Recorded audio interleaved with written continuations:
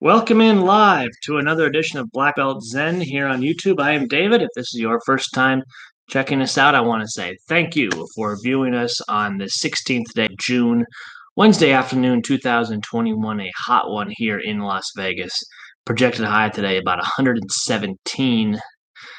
But the big thing tonight that we're doing here is ice hockey. Game two of the Golden Knights and the Montreal Canadiens. Vegas winning game one of the series on Monday.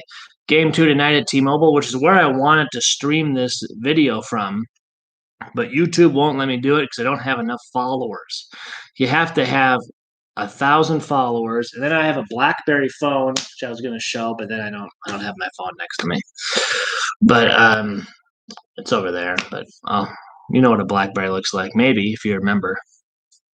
One of the few people who still has a BlackBerry. I might be the only person who you hear say that they still have a BlackBerry here in 2021 because they're pretty much gone.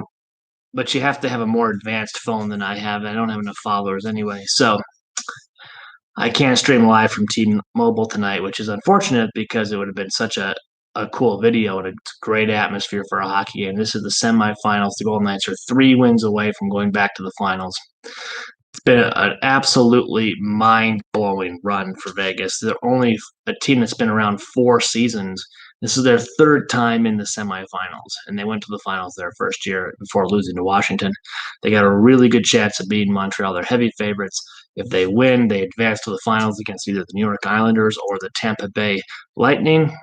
They'll have home ice advantage in that series if they get there, and they'll have a pretty good shot at winning their first Stanley Cup. So that would be great after Vegas was shut down so much through COVID over the past 15 months. To have the Knights now have at capacity, great atmosphere, full stadium, and if they could win the cup, that would be awesome. I've never been in a city where they won a major sports championship, so that'd be my first time doing that. And might have a parade on the strip or something a week later in 120-degree heat or whatever. But I would try to be out there. I would try to get out there if that were to happen.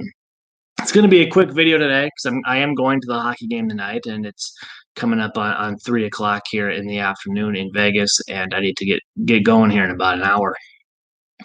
So it's going to be a quick video this week. I'll be back with another one next week live, as we always are on Wednesdays. Last week's video was an overnight one. We probably won't do that very often, but once in a while, that's just the way things go.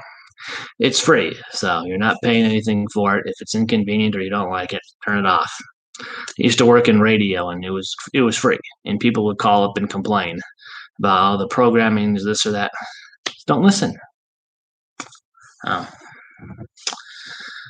Anyway, we're going to talk about a couple of movies today that are both martial arts films. Kickboxer 2 is one of them, and the other is The Karate Kid Part 2. And this week, because of the anniversaries, Kickboxer 2 was released on June 14th, 1991. So they just had their 30th year anniversary of that film. And The Karate Kid Part 2 is coming up on its 35th year anniversary this Sunday, June the 20th. So if you haven't seen these movies, or if you haven't seen them in a while, this would be a good time to go back and watch them. You've probably seen The Karate Kid Part 2. Most people have seen the first two, and it's an underrated movie because everyone compares it to the original. Of course, it's not going to beat the original. The original Karate Kid is, at least in my opinion, the greatest martial arts movie ever made. And it's the opinion of a lot of people. That's a very well done movie. A great underdog story. We've all seen it.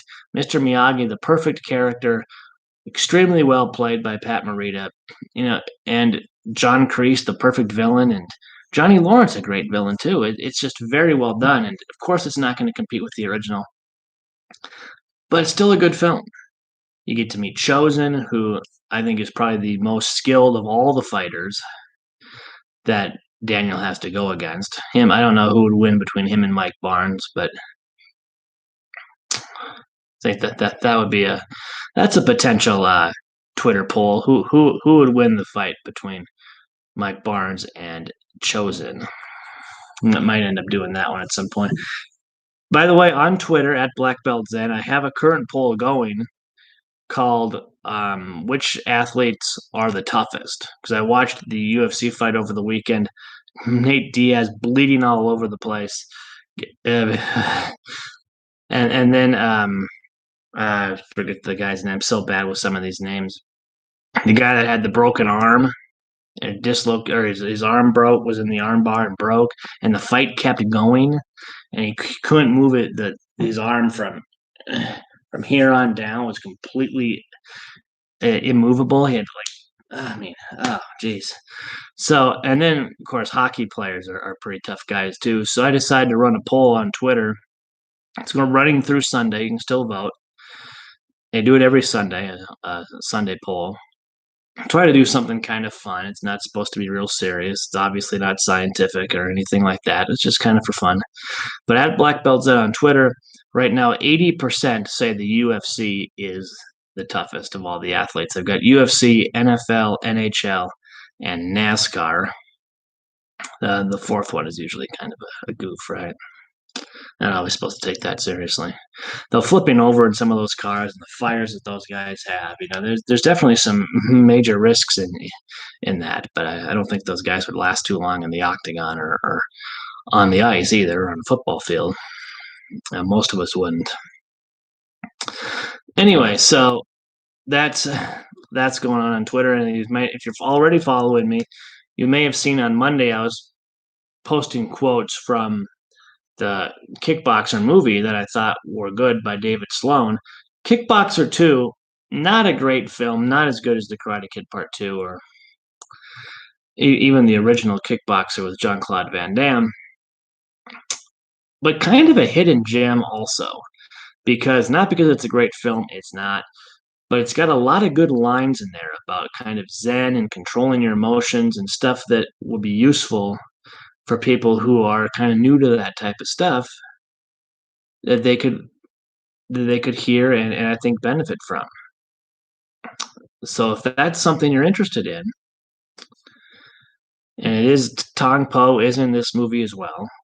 There's a final fight between I'm not going to spoil it. But Tong Po is in it. And it's the original Tong Po. It's not the one from Kickboxer 4, and it's a different thing. But it's a film that I like watching. I watch it every once in a while, maybe once a year or so. You can watch it on YouTube. I'm going to link it in the description after the video. I own it on DVD because I bought the DVD 15 years ago, but I don't know if anybody watches DVDs anymore or cares. I still have BlackBerry and DVDs. I'm a little behind on some of the technology stuff, though I do have it streaming as well. And you can do that. I'm going to link that up for both movies, Karate Kid Part 2 and Kickboxer 2, which you can watch here on YouTube. You can rent or buy.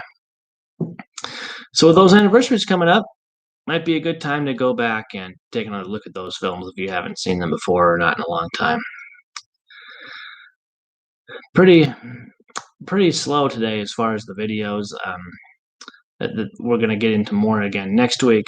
I know we've been doing a lot of sports lately. I just wanted to pass those movie things along because not every week we've got two anniversaries, 30 and 35 years of two, quality martial arts films. I'll see you next week. All right. Thanks for tuning in.